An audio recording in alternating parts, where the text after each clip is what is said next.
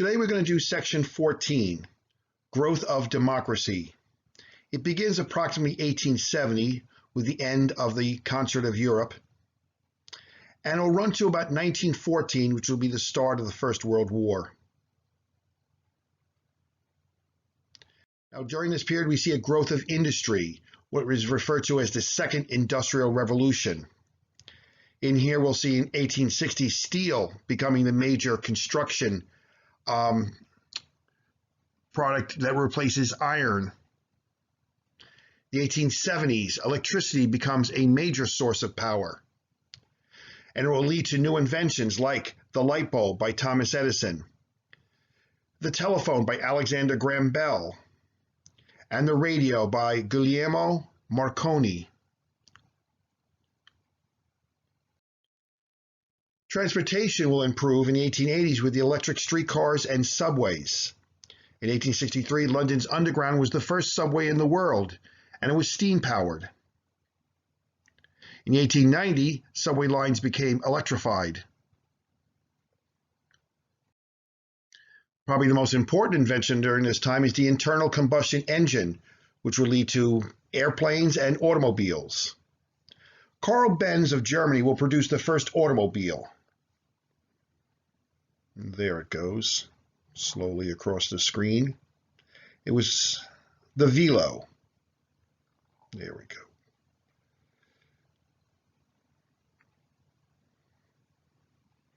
And his company will, of course, is well known today as Mercedes-Benz.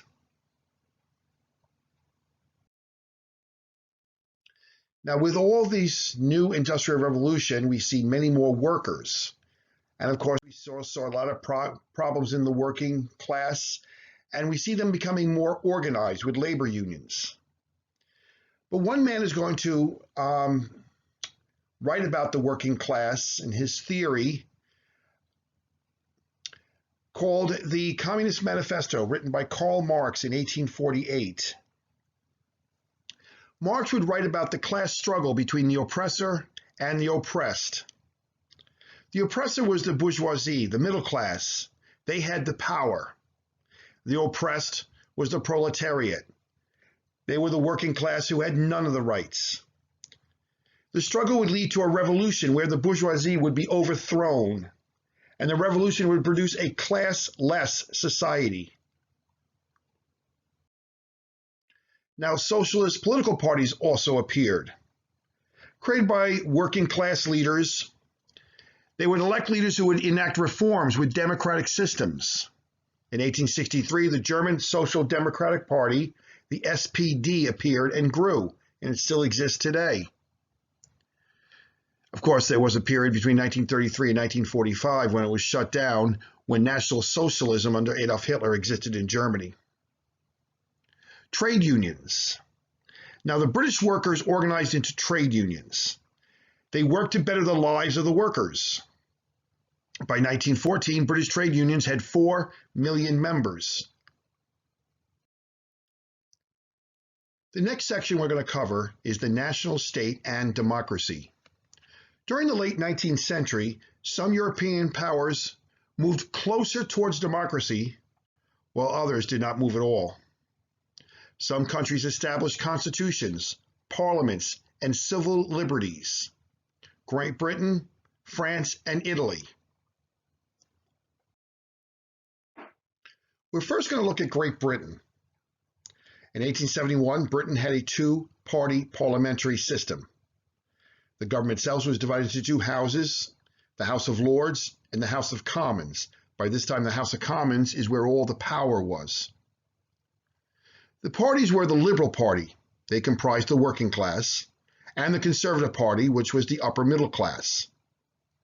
Both parties were led by a ruling class made up of aristocratic landowners and wealthy business leaders. Both parties passed laws that expanded the right to vote. In 1900, a new party, the Labour Party, which today is one of the largest parties in Britain, emerged representing the interests of workers. The Liberal Party controlled government from 1906 to 1914, and they passed programs of social reforms. Now we'll look at France. Now in 1875, we saw the collapse of the Second Empire at the end of the Franco-Prussian War that left France in a state of confusion. And this will start the Third Republic. They created a parliamentary system. They had a prime minister that leads the government. And unlike Britain, which had two and then later three political parties, or the United States, which has two major political parties, France has about a dozen political parties. So since none of them would ever be able to get 50% of the vote, they will depend on creating coalitions to rule. Frequent changes in government causes little stability, which really isn't good.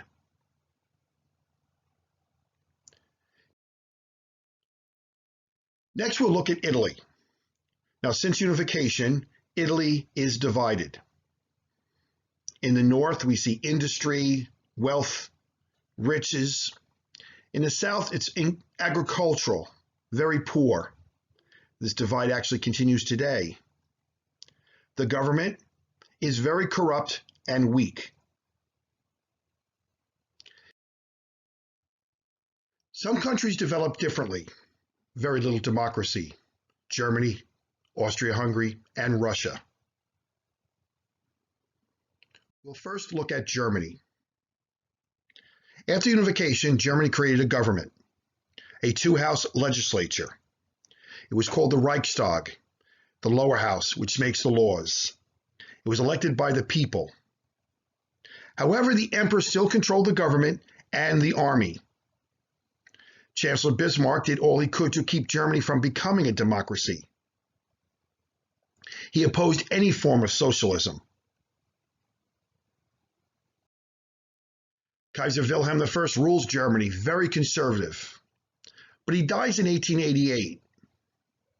His son Frederick III was liberal and wanted to give more rights to the people. Bismarck did not like him at all. Luckily for Bismarck, at least he thought, Frederick III had cancer and rules for only 99 days before dying. So his son, Wilhelm II, becomes Kaiser. Bismarck at least thinks he's going to be happier with this choice. Under Kaiser Wilhelm II, Germany becomes the strongest military and industrial power in Europe. Large urban populations want more democracy. Landowning nobility and big industrialists try to block democracy. And Wilhelm II pushes for a more expansive foreign policy. He wants to distract the people from democracy by building up a large army and trying to take over a larger empire by picking up colonies in Africa and in Asia. Austria-Hungary. In 1867, Austria-Hungary is a dual monarchy. It actually, the Austrian throne and is a Hungarian throne, but Emperor Franz Joseph rules both. Very convenient for him. By the way, Franz Joseph is a Habsburg. Now, Austria had a constitution and a parliament. Franz Joseph ignored the political system and basically did what he wanted to do. There were conflicts with different nationalities in Austria, always had been. Czechs, Poles, and other Slavic groups. Hungary, the Hungarian parliament worked and had more power, but again, Franz Joseph controlled everything. Finally, we're going to look at Russia. Tsar Alexander III rules Russia since his father's assassination. His father was very liberal, but Alexander III is not. He believed in the absolute power of the monarchy. He was very conservative, reversed many of his father, Alexander I's, liberal policies. In 1894, Alexander III dies. His son Nicholas II becomes Tsar.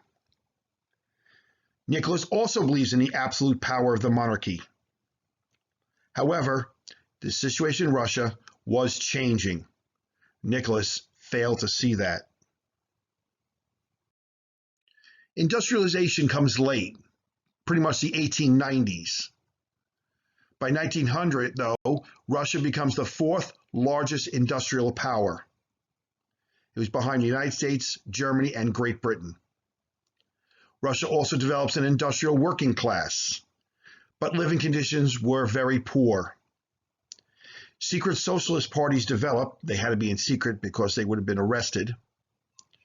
And there was a lot of discontent with the Tsar's government.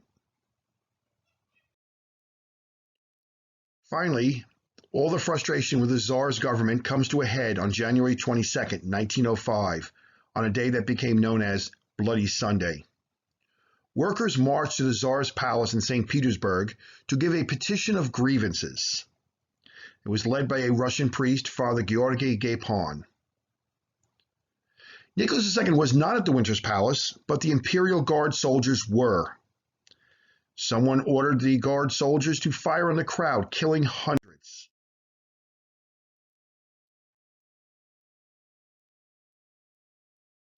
This causes anger around the country.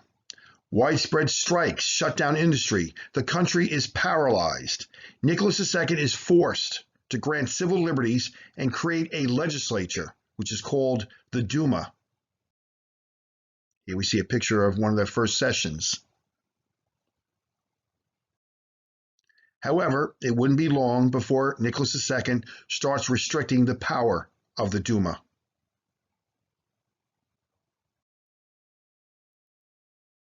In 1905, Russia goes to war with Japan in what becomes known as the Russo-Japanese War.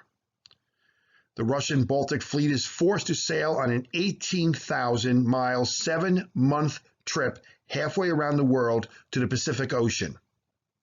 A Japanese fleet led by Admiral Togo attacked and crushed the Russian fleet. It was a humiliating defeat for Russia, which lost all 6 of its battleships and most of its cruisers and destroyers. Tsar Nicholas II was very depressed.